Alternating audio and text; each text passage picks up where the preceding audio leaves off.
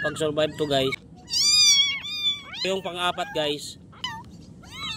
So yan, nagdidi na siya guys. So sa o aso, kahit tao guys, pwede rin tayong tumulong. So guys, nakabili na ako ng dropper. Para sa kitty.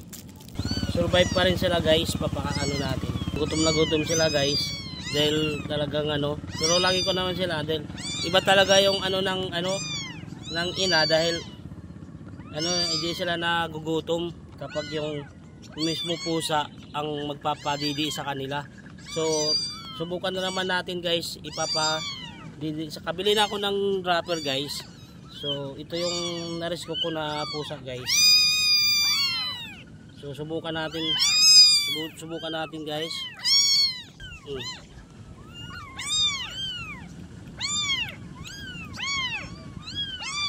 Oh, 'di ba guys?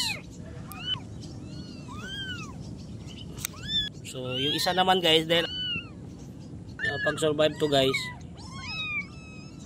Na pusa dahil kawawa naman. Kita nyo guys. Oh, napainom ko sa kanila ng gatas. So ngayon guys, yung isa naman para suntukan ng gatas. Hindi na siya lumikot guys. So nagdidi na siya. So yan. Dali na, magdidi ka kay para makapag-survive ka. Didi. So yung pang-apat guys. So padinapon yung nanay nito guys. Hindi sinama pagtapon.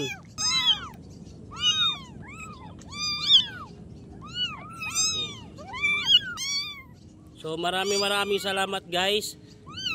Tira para talagang action.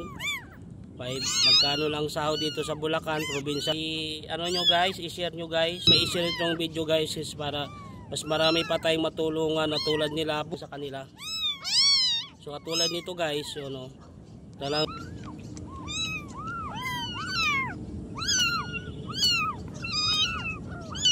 hanggang dito na lang guys. Maraming salamat and ingat kayong lahat. Bye bye guys.